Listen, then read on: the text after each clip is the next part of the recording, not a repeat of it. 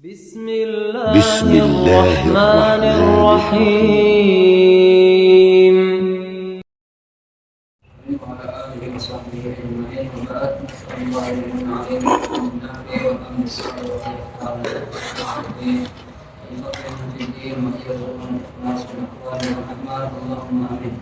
Insyaallah kita akan lanjutkan pada pembahasan nomor 14 berkaitan dengan duduk di antara dua sujud. Nah, duduk di antara dua sujud.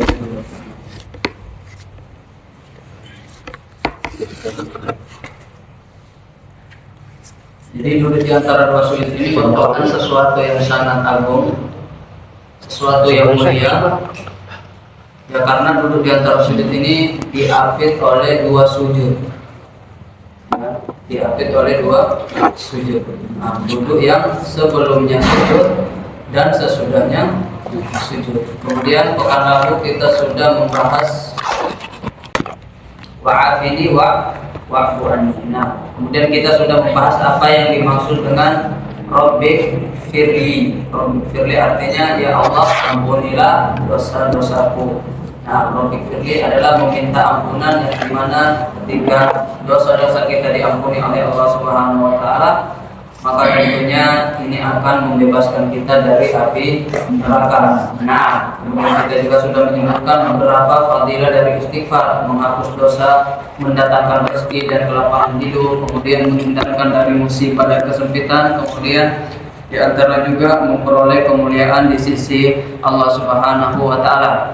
Kemudian kita sudah membahas ya, yang kedua yaitu warhamni, yaitu rahmatilah aku. Jadi Rabbik firli artinya ampunilah dosaku. Kemudian yang kedua warhamni adalah rahmatilah aku, kasihilah aku. Dan kita sudah menjelaskan juga bahwa sesungguhnya kita tidak masuk surga dengan amalan kita, tetapi kita masuk surga dengan kasih sayang dan rahmat daripada Allah Subhanahu wa Ta'ala. Di dalam hadis yang sudah disebutkan la yudkhilul jannata ahadan amaluhu qalu wala anta ya Rasulullah. Nah, jadi Rasulullah bersabda tidak ada seorang yang masuk surga dengan amalan-amalannya. Tetapi kemudian para sahabat bertanya, wala anta ya Rasulullah, meskipun engkau wahai Rasulullah tidak masuk dengan amalan engkau, maka Rasulullah bersabda menjawab, wala ana illa ayyatahammadani Allahu minhu bi rahmati. Meskipun saya masuk surga dengan rahmat Allah Subhanahu wa Ta'ala. Nah, kemudian kita sudah menjelaskan bahwa kalau kita ingin mendapatkan atau dirahmati Allah Subhanahu wa Ta'ala, maka hendaklah kita juga berkasih sayang di dunia ini. Nah, ar-rahimuna yarhamuhumur rahman. Orang yang memiliki kasih sayang ya di muka bumi ini, maka Allah Subhanahu wa Ta'ala juga akan mengasihi dia. Nah, irhamu man fil ardi yarhamkum man fis sama. Sayangilah siapa-siapa yang ada di permukaan bumi ini, maksudnya sayangilah orang-orang di sekitar kita, maka insya Allah penduduk langit juga akan menyayangi kita. Dan kalau Allah Subhanahu wa Ta'ala sudah merahmati kita, melimpahkan rahmatnya kepada kita, maka insya Allah dengannya surga Allah Subhanahu wa Ta'ala akan dibukakan kepada kita. Kemudian yang ketiga yaitu wajiburni. Nah, ini doa yang ketiga. Yang pertama Rabbik firli, yang kedua warhamni. Rabbik firli terbebas dari neraka, warhamni dengan rahmat Allah kita masuk ke dalam surga. Kemudian doa yang ketiga wajiburni. Nah, mungkin bisa ditulis yang ketiga wajiburni. Apa yang dimaksud dengan wajiburni? Artinya tutuplah segala kekuranganku. Nah, Rabbik firli ampunilah dosaku, warhamni sayangilah aku atau rahmatilah aku, kemudian wajiburni tutuplah segala kekuranganku. Maka tentunya tidak ada di antara kita yang tidak memiliki kekurangan, dan semua kita berharap kekurangan-kekurangan itu ditutupi oleh Allah Subhanahu wa Ta'ala, disempurnakan oleh Allah Subhanahu wa Ta'ala. Banyak sekali kekurangan-kekurangan kita sebagai makhluk, sebagai manusia. Kita kurang syukur ketika mendapatkan nikmat, ketika kita mendapatkan musibah kita kurang sabar. Nah, Kemudian ketika kita mendapatkan musibah, kita kurang bisa menerima takdir Allah Subhanahu wa taala, kurang bisa menerima kenyataan yang diberikan kepada kita. Nah, kita mudah marah, kita pendendam. Nah, banyak sekali kekurangan kita, termasuk kekurangan fisik kita. Nah, kerja sedikit jadi lemah. Ya, terkadang sakit, itu termasuk kekurangan kita, kekurangan ekonomi, kekurangan harta materi. Nah, semua itu termasuk kekurangan yang kita minta dengan doa wajiburni, ya Allah tutuplah kekuranganku dari segala hal, ya, dari segala hal. Nah, dan kalau Allah sudah menutupi kekurangan kita, insya Allah kita akan semakin menjadi pribadi-pribadi yang baik dan sempurna. Nah, ini yang ketiga, berarti wajiburni artinya tutuplah kekuranganku. Nah, atau segala kekuranganku. Nah, kenapa kita minta? Ya karena kita banyak kekurangan. Nah, kemudian yang keempat, doanya warfa'ni, rabbighfirli warhamni wajburni warfa'ni. Apa arti warfa'ni? Tinggikanlah derajatku. Rafa yarfa'u, mengangkat. Warfa'ni, angkatlah, tinggikanlah derajatku. Nah, kita minta supaya Allah meninggikan, mengangkat derajat kita. Nah, dan kalau Allah Subhanahu wa taala sudah mengangkat derajat seseorang hamba, maka tidak ada lagi yang mampu menurunkan derajatnya. Salah satu di antaranya supaya Allah mengangkat derajat kita, yaitu disebutkan dalam suatu ayat dalam Al-Qur'an, yarfa'illahu alladziina aamanu minkum walladziina utul ilma darajat. Jadi salah satu di antara sebab Allah mengangkat derajat seseorang yaitu ketika seorang itu menuntut ilmu. Ketika seorang itu rajin untuk menuntut ilmu, maka itulah salah satu jalan supaya Allah Subhanahu wa taala mengangkat derajat kita. Nah, maka hendaklah kita hanya terfokus dengan penilaian Allah Subhanahu wa taala. Tidak usah sibuk dengan penilaian makhluk, Maka kita hendaknya cari mukanya boleh, tapi cari mukanya hanya sama Allah. Bangun di malam hari untuk apa? Untuk cari muka untuk Allah, bahwa inilah hamba-hambaku yang terbangun di malam hari. Nah, tapi tidak usah cari muka di hadapan manusia. Jadi kalau mau cari mukanya sama Allah, bukan sama manusia. Nah, jadi warfa'ni, ini doa yang keempat. Ya Allah, tinggikanlah derajatku. Dan kita sudah mengatakan bahwa salah satu sebab diangkatnya derajat kita adalah dengan beriman dan berilmu. Yarfa'illahu alladziina aamanu minkum walladziina utul ilma darajat. Nah, kemudian yang kelima setelah rabbighfirli warhamni wajburni warfa'ni, kemudian setelah itu warzuqni. Nah, jadi doa yang kelima ketika kita duduk di antara dua sujud, warzuqni, berikanlah aku rezeki. Nah, berikanlah aku rezeki.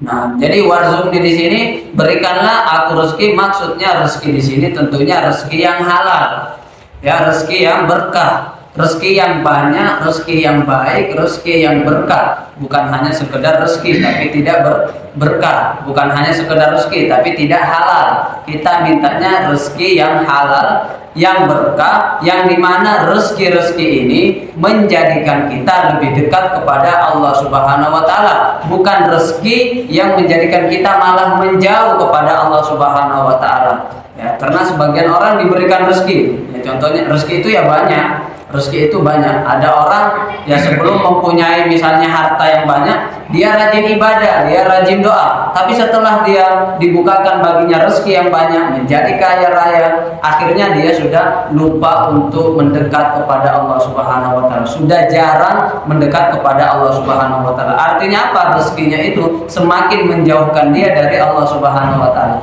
Kita tidak menginginkan rezeki seperti itu. Yang kita inginkan semakin bertambah rezeki, semakin bertambah kedekatannya dengan Allah Subhanahu wa taala, semakin memudahkan menggunakan rezeki itu untuk membantu orang lain dan digunakan untuk beribadah kepada Allah, untuk umroh, untuk haji, yang membangun masjid misalnya, membantu orang yang kesusahan. Nah, itulah rezeki yang akan mendekatkan seorang hamba kepada Allah Subhanahu wa taala, bukan rezeki yang memperpanjang hisab kita di hadapan Allah Subhanahu wa taala. Karena ya, jadi berbicara rezeki ini tidak hanya kita berbicara tentang harta dan materi, tetapi juga semua. Jadi pada hakikatnya rezeki itu bukan soal berapa angka gaji, bukan soal berapa kuantitasnya, bukan soal berapa kuantitasnya, tetapi rezeki itu soal apa yang kita nikmati, soal apa yang kita rasakan. Nah, jadi bukan tentang berapa, tetapi apa yang kita rasakan dari maslahatnya, itulah rezeki. Ada orang yang kaya raya, ya punya duit 100 juta, ya tetapi ketika dia mau makan daging, dokter mengatakan jangan engkau memakan daging karena engkau punya kolesterol misalnya, ya kan? Mau makan garam, kamu jangan makan garam. Kenapa?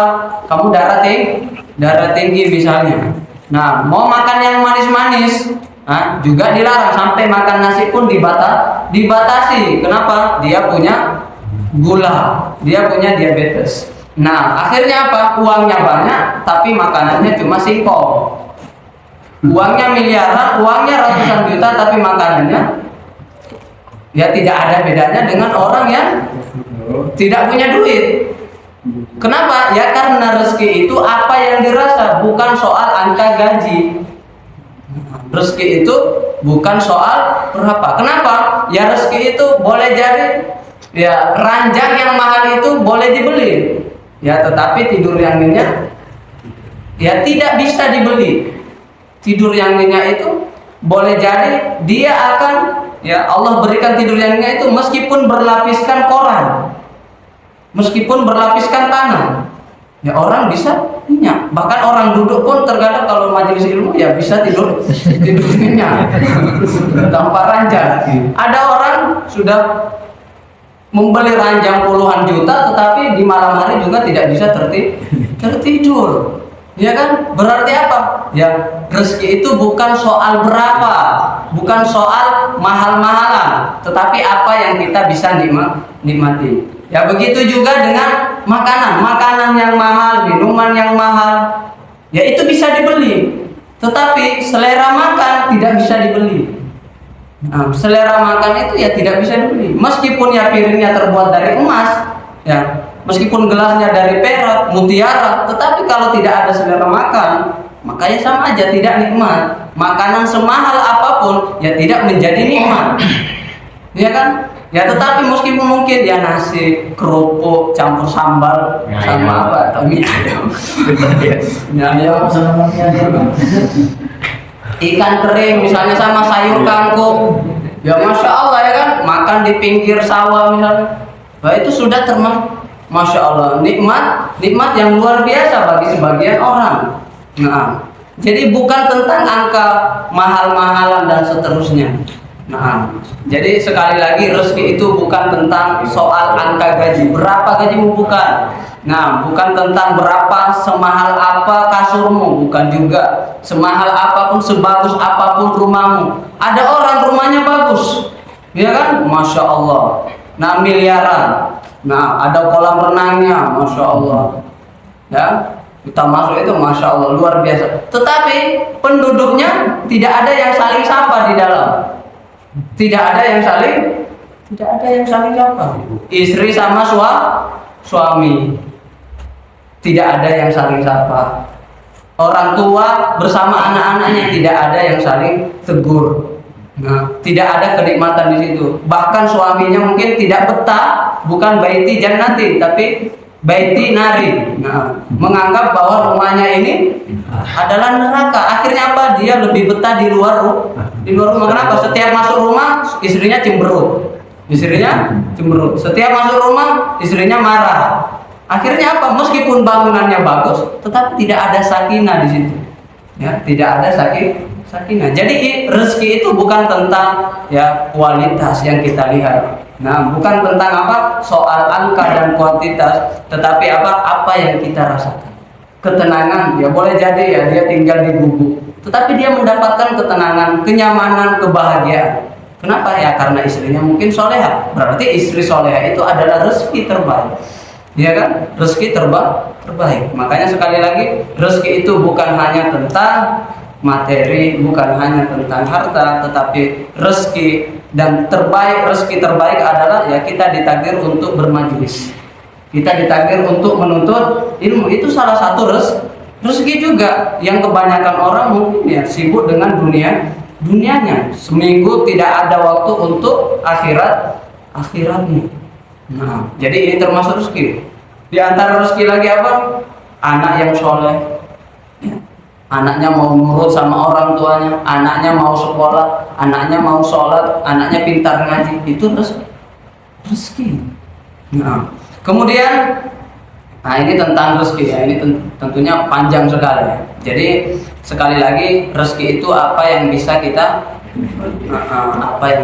nikmati. Rezeki yang kita minta adalah rezeki yang berkah, yang baik, yang halal, yang semua rezeki itu mendekatkan kita kepada Allah Subhanahu wa Ta'ala. Nah, itulah yang kita minta ketika duduk di antara dua sujud. Warzuqni, maka berikanlah rezeki yang berkah, rezeki yang halal, rezeki yang baik, bukan rezeki yang memperpanjang hisab kita di hadapan Allah Subhanahu wa Ta'ala, karena hisab terberat adalah hisabnya harta. Faman husiba faqad udziba. Siapa yang dihisab maka sungguh dia telah diazab. Jadi hisab itu sendiri adalah azab.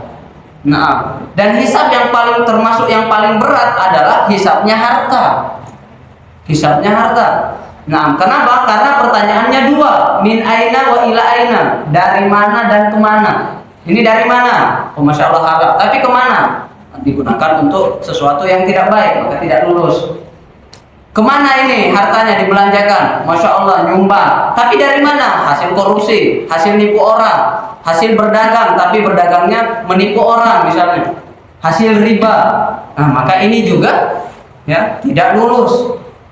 Yang lulus itu dari mana? Dari harta yang halal, berdagang dengan bisnis yang jujur misalnya. Kemudian setelah itu, di mana hartanya dibelanjakan? Membantu orang-orang yang kesusahan. Nah, akhirnya terus hartanya ini menjadikan apa? Menjadikan dia lulus. Kalau dihasilkan dari harta yang halal, kemudian dibelanjakan di jalan Allah Subhanahu wa Ta'ala. Nah, maka dia bisa lulus dari pertanyaan atau hisab harta. Kemudian pertanyaan ketiga, tidak sampai itu. Ketika engkau bersedekah misalnya, niatnya apa? Ya, tambah lagi pertanyaannya.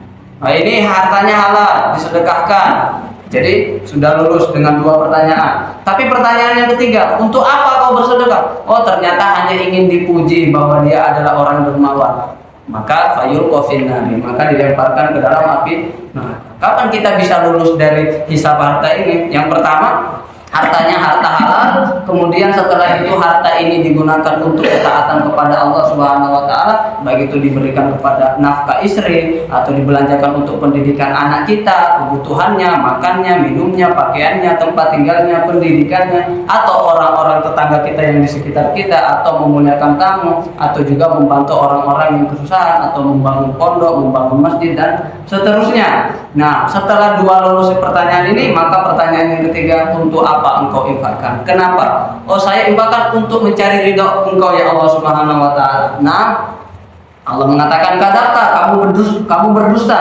Kamu bersedekah bukan hanya untuk bukan untuk mencari ridhoku, tetapi engkau berdusta untuk dikatakan untuk dipuji orang bahwa kamu adalah orang yang baik, orang yang mulia, orang yang karim, orang jawad, orang yang dermawan. Maka orang seperti ini dilemparkan ke dalam api neraka. Tapi niatnya ikhlas untuk Allah, barulah dia hartanya itu menjadi penolong dia di hadapan Allah Subhanahu wa Ta'ala. Makanya disebutkan orang miskin itu yang lebih cepat hisabnya daripada orang kaya. Kenapa? Coba aja masuk di Alfamart. masuk di Alfamart, ya kan? Ada dua orang. Orang yang pertama ngambilnya apa? Le mineral misalnya, cuma satu. Yang satu karena banyak duitnya ngambilnya masya Allah dua keranjang, dua keran. Kita bandingkan sekarang. Nah, yang lebih cepat hisapnya yang mana? Yang orang pertama. Karena dia ngambilnya sedikit, maka dihisap di kasir itu ya cepat dibandingkan orang yang dua keranjang itu satu-satu dihisap. Dan semakin banyak yang kita ambil, semakin banyak yang kita harus pertanggungjawabkan. Ya kan? Semakin banyak yang kita harus bayar. Kalau uangnya 50.000, biasanya kita masuk Alfamart itu lihat harganya dihitung. Oh ini sudah 5.000, ini 15.000, berarti sudah 20.000. Jangan sampai lewat, malu kan? Ya kan? Uangnya 50, ngambilnya 70.000. Balikin dulu, duitnya tidak cukup. Sampai 48.000, parkir 2.000 misalnya. Ya, jadi dihitung sampai 48.000. Kalau di Alfamart aja kita masuk gitu dengan hati-hatinya, jangan sampai apa yang kita ambil di Alfamart itu melebihi apa yang bisa kita pertanggungjawabkan. Bagaimana lagi ya kenikmatan yang diberikan Allah di dunia ini. Summalatus alunna yawma idzin 'anin na'im. Semua kenikmatan akan dimintai pertanggungjawaban. Nikmat sehat, nikmat usia kita. Kemana usia kita pergunakan? Kesehatan kita Allah berikan kesehatan kita gunakan untuk apa? Harta kita, rumah kita, kendaraan kita, semua itu kenikmatan yang minta untuk dipertanggungjawabkan. Nah, maka kalau uangnya 500.000, jangan ambil barang seharga 600.000. Jangan ambil barang seharga 600.000.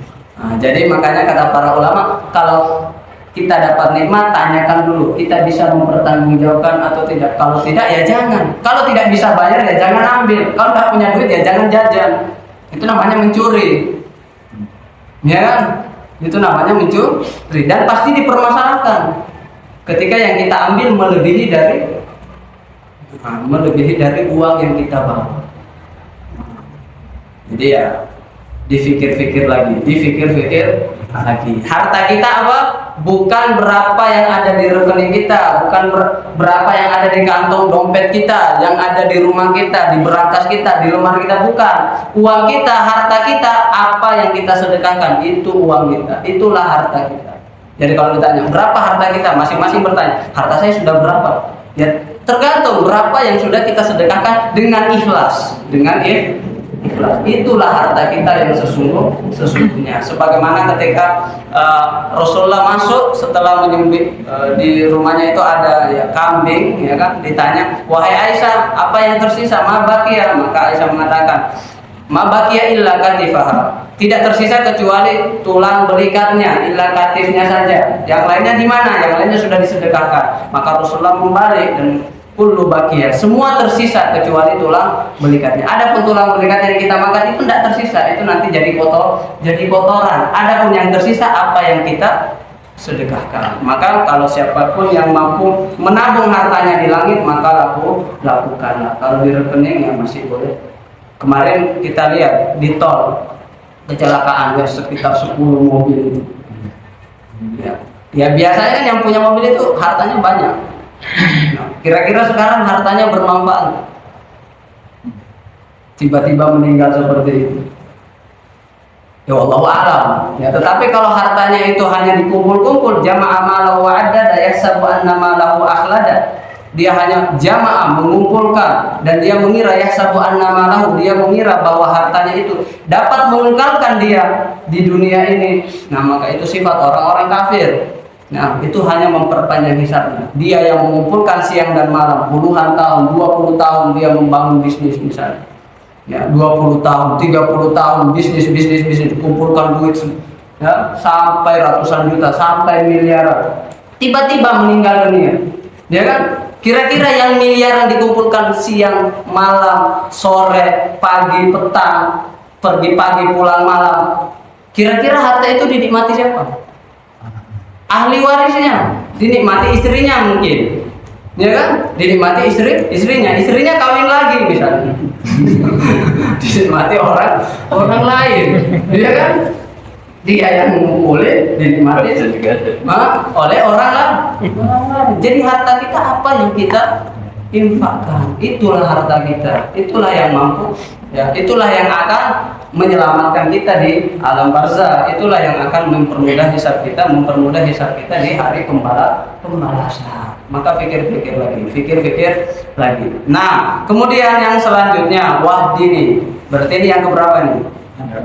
Yang keenam. Jadi yang pertama waghfirli warhamni wajburni warhamni wajburni warzuqni warfa'ni dulu, ya, angkatlah derajatku. Kemudian yang kelima tadi warzuqni, berikanlah kepadaku rezeki yang halal, yang berkah, yang tidak memperpanjang hisab.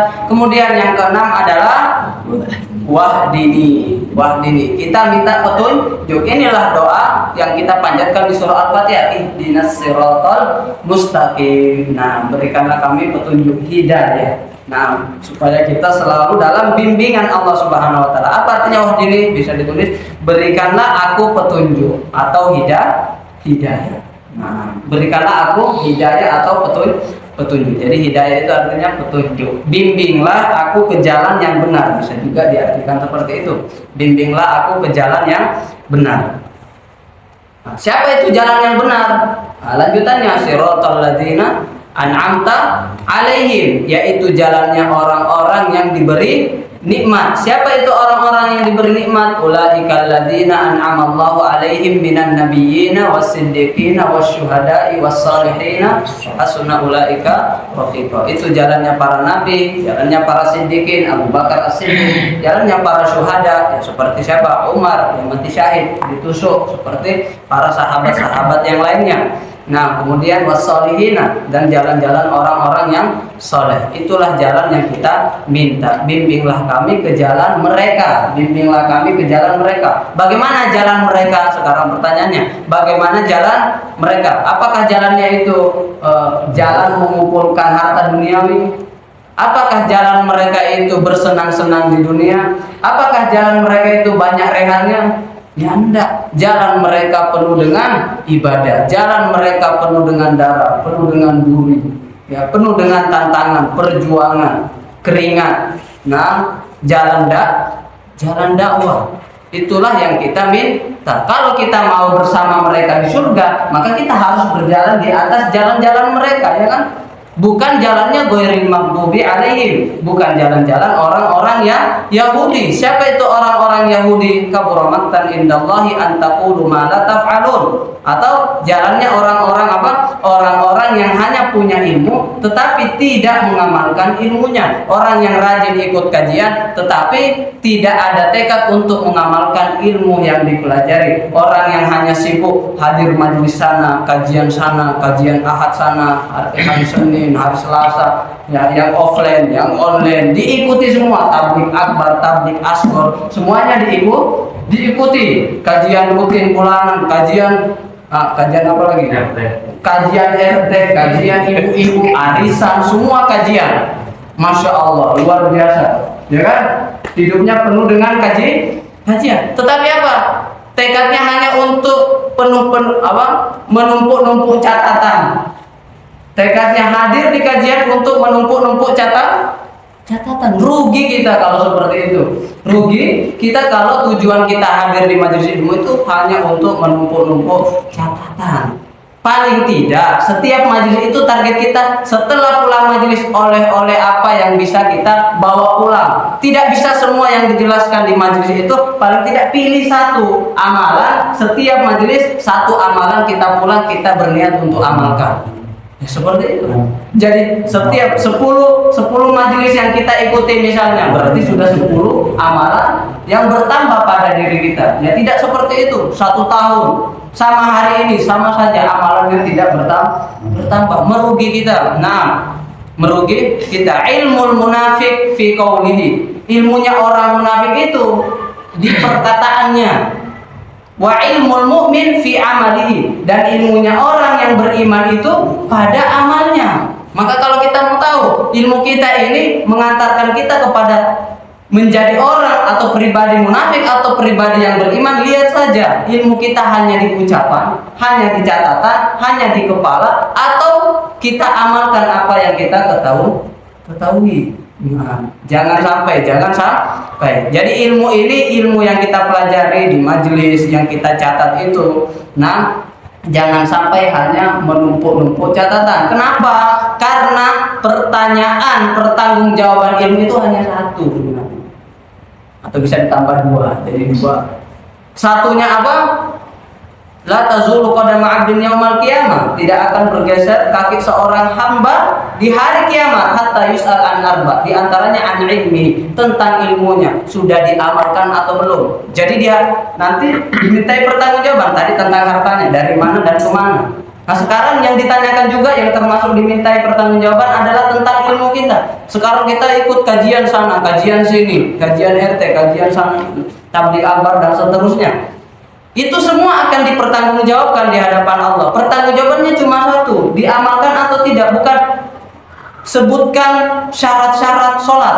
Nah, kita sebutkan, enggak gitu pertanyaannya, itu ujian di sekolah itu seperti itu. Apa pengertian dari ini? Nah, yang mana yang benar? A, B, C. Enggak begitu ujian di akhirat. Nah, ujiannya itu kamu amal atau tidak? Diamalkan. Sekarang pertanyaan kedua, ketika mengamalkan ikhlas lillahi ta'ala atau tidak, ya kan? Oh ternyata tidak ikhlas, kadata dilempar ke neraka. Oh ternyata ikhlas, masya Allah, inilah orang-orang yang beruntung. Inilah orang-orang yang ketika kita mendengarkan tentang fadilah dan keutamaan penuntut ilmu, itulah yang dimaksud dengan keutamaan penuntut ilmu.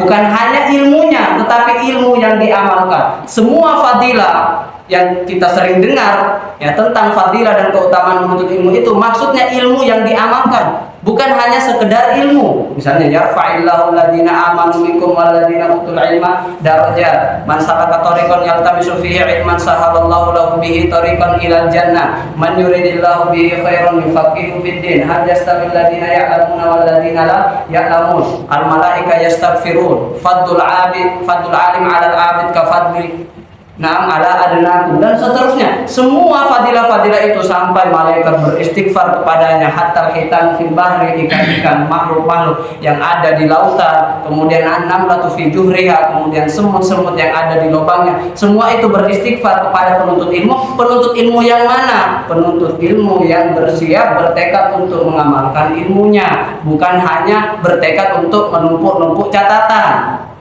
Bukan hanya untuk dikatakan Masya Allah rajin sekali majelis ilmunya, rajin sekali tabligh akbarnya, rajin sekali ikut kajiannya. Bukan untuk itu kita ikut majelis ilmu. Maka hadirnya kita di majelis ilmu ini niatnya untuk memperbaiki diri. Jangan malah kita hadir di majelis ilmu malah untuk membinasakan diri.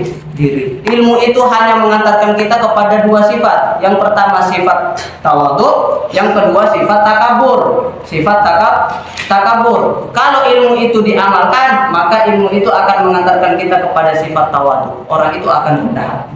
Tetapi ilmu itu tidak diamalkan, maka ilmu itu pasti akan mengantarkan kita kepada sifat takabur, yaitu sombong. Makanya ada orang menuntut ilmu itu hanya untuk sombong-sombongan, pamer-pamer ilmu. Ingin dikatakan Masya Allah ilmunya luar biasa, kemudian dia menyalahkan sana dan sini, ini bidah, ini sesat. Itu orang-orang sombong, merasa dirinya lebih mulia daripada orang lain. Jangan sampai kita termasuk di antara orang yang menuntut ilmu tapi ilmu kita hanya mengantarkan kita kepada sifat takabur dan merasa lebih ilmu, merasa lebih cerdas, lebih alim daripada orang-orang yang tidak menuntut ilmu. Nah, maka wahdini ini adalah hidayah.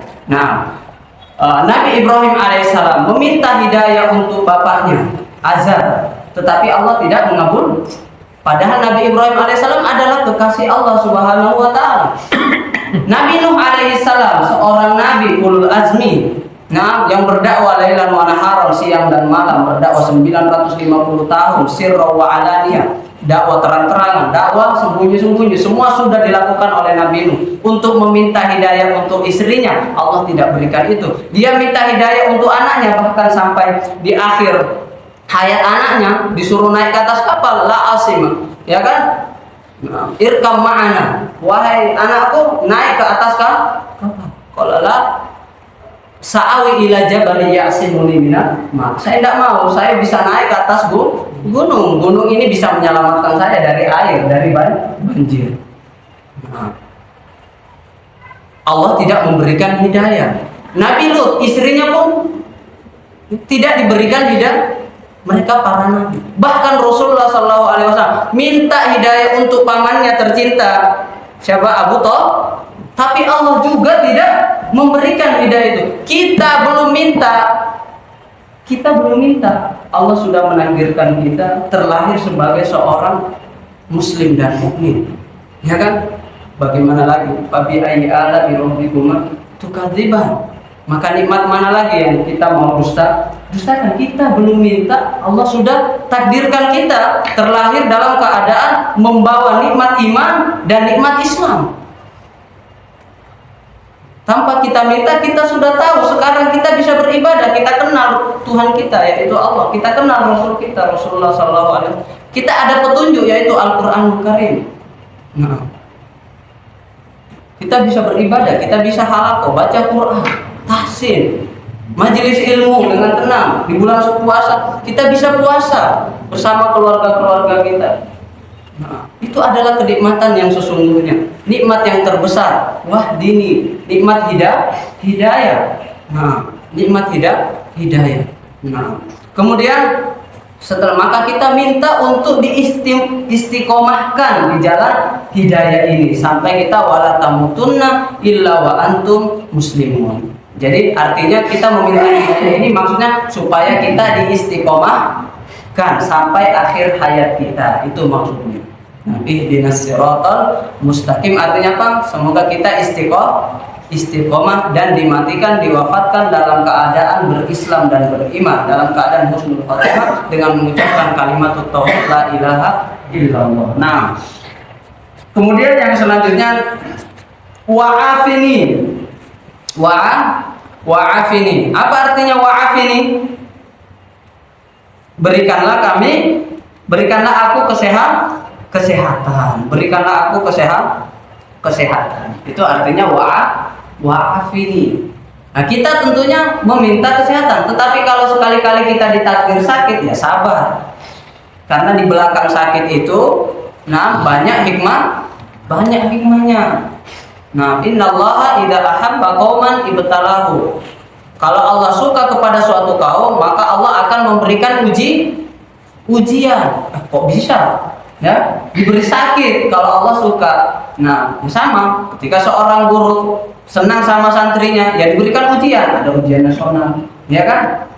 Nah, misalnya ada di waktu ujian ada santri yang disuruh keluar dari kelas, itu santri bagus atau tidak? Kenapa dia dikeluarin? Belum lunas SPP-nya misalnya, dia pulang, lapor ke orang tuanya. Kenapa kamu tidak sekolah? Suruh saya untuk pulang. Kenapa? Tidak bisa ikut ujian. Kenapa? Katanya SPP-nya nunggak, syahriahnya belum bayar. Orang tuanya berusaha mungkin sampai berutang ya untuk supaya apa? Membayar SPP itu supaya anaknya diberikan ujian. Karena apa? Orang tuanya tahu anak saya kalau tidak ikut ujian pasti ya mungkin 6 tahun kelas 1 SD terus. Tidak akan menjadi SD kelas 2, kelas 3, kelas 4, tidak bakalan naik kelas. Kenapa? Tidak ikut ujian. Yang ikut ujian aja ada yang tidak lulus, apalagi tidak ikut ujian. Maka orang tua saja ya, kita saja ya paham kalau ujian di sekolah itu ya baik untuk mengangkat ya derajat atau level daripada pendidikan kita atau pendidikan anak-anak kita. Nah, maka Allah juga begitu memberikan ujian untuk apa? Untuk mengangkat derajat hamba tersebut. Karena kalau tidak diuji ya seperti itu terus imannya tidak bertambah. Nah, makanya asyadun nasi balaan al-anbiya summal amsal fal amsal. Makanya orang yang paling berat cobaannya adalah para nabi. Kenapa? Karena para nabi orang yang paling dicintai Allah. Maka ketika kita baca sejarah para nabi, kita lihat bagaimana ujiannya, ya kan? Bagaimana ujian Nabi Ibrahim, bagaimana ujian Nabi Muhammad SAW, bagaimana ujian-ujian mereka. Ya kita tidak mampu. Coba suruh sembelih kambing aja tidak mau, apalagi suruh sembelih anak. Ya kan? Suruh menyembelih kambing aja susah. di Idul Adha. Beli sepeda bisa, beli cincin akik bisa, beli yang lain-lain bisa. Paketnya setiap hari datang lewat Shopee. Tetapi nyembeli kambing 1 tahun sekali, ya tidak bisa. Gimana kalau disuruh menyembeli anaknya? Ya kan? Nah, itu ujian para nabi Khalilullah. Kita belum berbicara bagaimana ujiannya Nabi Muhammad SAW, belum berbicara tentang itu. Nah, artinya apa? Ya sekali lagi, ya kita sehat kita syukuri, kita sakit kita sabar, berhusnuzon sama Allah bahwa sakit itu ada kebaikan. Tanpa sakit gimana kita mau dapat pahala sabar? Innama yuwaffas sabiruna ajrahum bighairi hisab. Sabron ala yasir fa inna mau'idakumul jannah. Ya kan, bahwa pahala sabar itu sehingga tak terbatas. Nah, bahwa pahala sabar itu adalah surga. Nah, bahwa orang-orang bersabar itu bersama Allah. Innallaha ma'as sabirin. Dan seterusnya.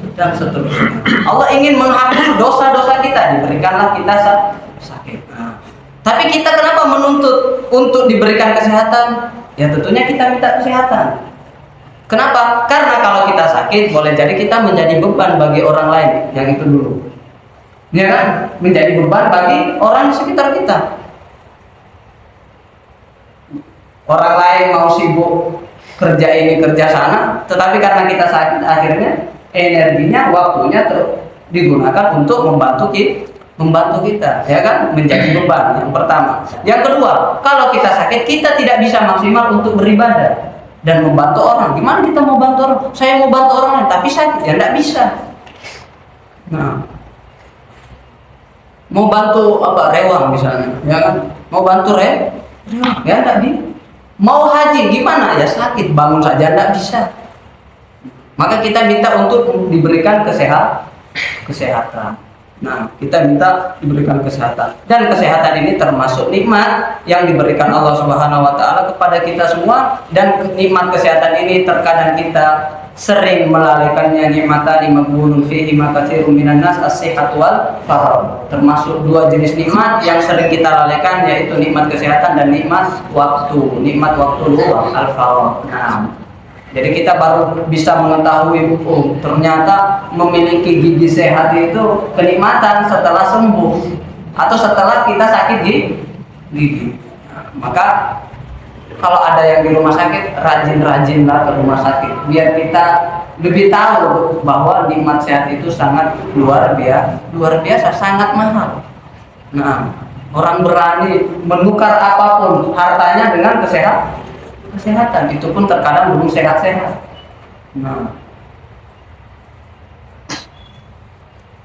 Nah, jadi sebelum Allah memberikan ujian sakit, maka ketika sehat ini maksimalkanlah nikmat sehat ini. Dan ketika ada orang yang sakit, di dalam riwayat yang sudah disebutkan, orang yang sakit itu pahalanya sama dicatat seperti dia dikala sehat. Paham maksudnya ini? Anggaplah setiap hari ketika dia sehat, dia sholat duha. Setiap pagi dia sholat duha. Tapi misalnya 3 hari dia sakit, 3 hari dia sakit itu dia tidak kuat, bahkan untuk bangun dari kasurnya pun dia tidak bisa. Jangankan mau nambah sholat duha, sholat wajib pun dia kesusahan misalnya. Akhirnya apa? 3 hari itu dia tidak sholat duha. Meskipun dia 3 hari itu tidak sholat duha, maka akan tetapi karena semasa sehatnya, nah dia rajin melaksanakan sholat duha, maka sholat duha juga telah tercatat di 3 hari itu. Nah, itulah nikmatnya ketika orang memaksimalkan kenikmatan sehat ini. Ketika dia sakit masih dicatat, ketika dia sakit atau bersafar masih dicatat. Terkadang kalau kita safar tidak bisa melakukan rutinitas seperti biasa. Tapi ketika kita safar, maka tercatat apa yang kita lakukan ketika kita tidak safar. Sama dengan wanita ketika dia haid, misalnya tidak bisa baca Quran, anggaplah, ya kan, tidak bisa sholat, tidak bisa puasa. Tetapi amalan-amalan yang dia lakukan saat dia tidak haid itu masih berjalan meskipun dia haid, meskipun dia dalam keadaan berhalangan. Ya sama dengan kita. Maka semakin banyak amalan kita dikala kita sehat, maka semakin meskipun kita sakit, amalan-amalan itu juga terus akan tetap mengalir. akan tetap mengalir. Nah, kemudian yang terakhir adalah wa'fu anni, tapi ini tambahan ya. Siapa yang mau menambahkan tafadhol, ya tidak apa-apa. Tapi siapa yang mau mencukupkan dengan yang 7 tadi juga tidak mengapa. Nah, apa artinya wa'fu anni? Aku mohon agar kesalahanku dimaafkan, dihapus dari buku catatan amal. Nah, jadi kita memohon agar kesalahan kita dimaafkan oleh Allah. Kalau kita hendak dimaafkan oleh Allah, berharap dimaafkan Allah, maka salah satu kuncinya adalah kita juga harus rajin-rajin memaafkan orang lain. Nah, kita ini mau aja dimaafkan sama Allah, pengen dimaafkan Allah, tapi kita susah memaafkan orang lain. Nah, ya, jadi kalau mau mendapatkan maaf dari Allah, maka rajin-rajin juga untuk memaafkan sesama saudara. Nah, ini sudah selesai tentang bacaan duduk di antara 2 sujud. Kita ulang, Rabbik firli, yaitu artinya apa tadi? Ya Allah, ampunilah aku, semoga dengan ampunanmu kita terbebas dari dosa-dosa, dan kalau kita terbebas dari dosa-dosa, insya Allah kita juga akan terbebas dari azab api neraka. Warhamni adalah rahmatilah aku, dengan rahmatmu-lah kami masuk ke dalam surgamu, bukan dengan amalan kita. Nah, kemudian yang ketiga, wajiburni, kita adalah manusia biasa, makhluk yang penuh dengan kekurangan, kurang sabar, kurang syukur, ya kurang segala-galanya. Nah, makhluk yang lemah, maka ya Allah tutupilah kekurangan-kekurangan kami. Nah, kemudian yang keempat, warfa'ni, ya Allah kami memohon kepadamu untuk mengangkat derajat-derajat kami. Tinggikanlah derajat kami, angkatlah derajat kami. Siapa yang sudah diangkat derajatnya oleh Allah, maka tidak ada lagi yang mampu menurunkan derajatnya. Kemudian yang kelima, warzuqni, ya Allah berikanlah kami rezeki, ya rezeki-rezeki yang berkah, rezeki-rezeki yang dapat mendekatkan kami kepada Engkau. Nah, dan bukan rezeki yang dapat memperpanjang hisab kami di hari pembalasan. Kemudian yang keenam, wahdini, ya Allah berikanlah kami hidayah, istiqomahkanlah kami dalam hidayah Islam dan iman. Semoga kami semua wafat, ya kita semua diwafatkan Allah dalam keadaan husnul khatimah, wala tamutunna illa wa antum muslimun. Kemudian wa'afini, ya kita meminta untuk diberikan kesehatan. Ini termasuk nikmat yang sangat besar yang sering dilalaikan oleh manusia. Nah, maka kita gunakan kesehatan ini untuk beribadah kepada Allah Subhanahu wa taala sebelum datangnya sakit. Dan yang terakhir adalah wa'fu anni, maafkanlah kesalahan-kesalahan kami. Ya, kalau kita mau dimaafkan, maka kita juga berusaha untuk senantiasa memaafkan yang lain. Nah, dan ada juga bacaan yang lain, yaitu Rabbik firli. Jadi bisa memilih antara yang tadi, yang 7 atau yang 8 tadi. Kemudian kalau mau lebih cepat lagi, Rabbik firli itu sudah mewakili semuanya. Nah, mungkin kita cukupkan demikian, kurang lebihnya mohon dimaafkan. Nah, naktatim bidoa kafaratul majlis. Ini akhir tahiyya, wallahu ta'ala a'lam bissawab. Assalamualaikum warahmatullahi wabarakatuh.